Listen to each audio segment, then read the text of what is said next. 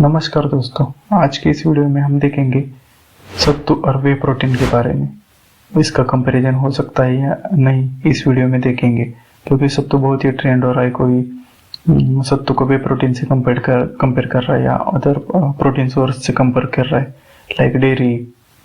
तो आज की इस वीडियो में हम वे प्रोटीन और सत्तू के बारे में जानकारी लेंगे। सत्तू कैसे बनता है? बेसिकली सत्तू जो चना होता है उसको भून कर बनाया जाता है, उसको रोस्ट कर कर उसकी पाउडर बनाई जाती है और उसे सत्तू बोलते हैं। और वे प्रोटीन का पनीर से निकला हुआ जो बाकी बचता है उसका जो वाटर है उसका पाउडर फॉर्म में कन्वर्ट करके उसको वे प्रोटीन बनाया जाता है।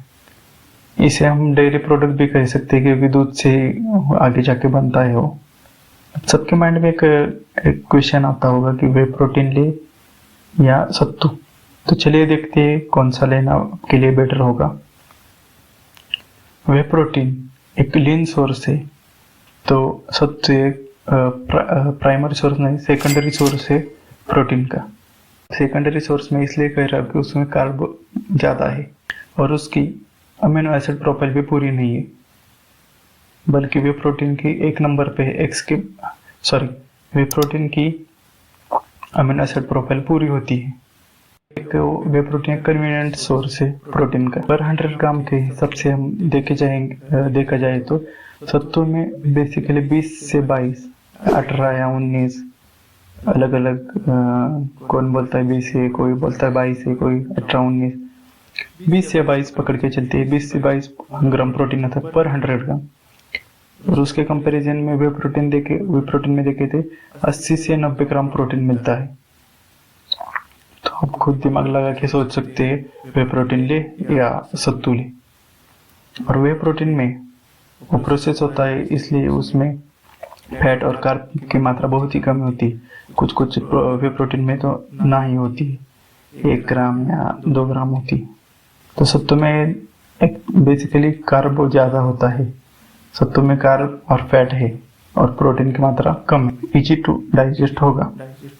उसके कंपैरिजन में देख जैसे सत्तू एक रॉ फॉर्म में होता है, पानी में डाल के पीते हैं, इस वजह से हमें इंडाइजेशन, गैस, ब्लोटिंग, कॉन्स्टिपेशन इत्यादि समस्या हो सकती है। पर कोई लोग एक क्लेम करते हैं कि हमें नहीं होती। तो हर एक की डाइजेस्टिव सिस्टम अलग होती है, जिसको डाइजेस्ट होता है वो ले सकते हैं, पर वे प्रोटीन से कंपेयर मत करिए। वे के एक स्कूप में जितना प्रोटीन हमें मिलता है उतना अगर हम सत्तू से अगर लेना चाहे तो हमें 110 से 120 ग्राम सत्तू खाना पड़ेगा। तो आप सोच सकते हैं कि इतना खाना पॉसिबल नहीं, क्योंकि वे प्रोटीन का एक स्कूप 30-35 ग्राम का होता है।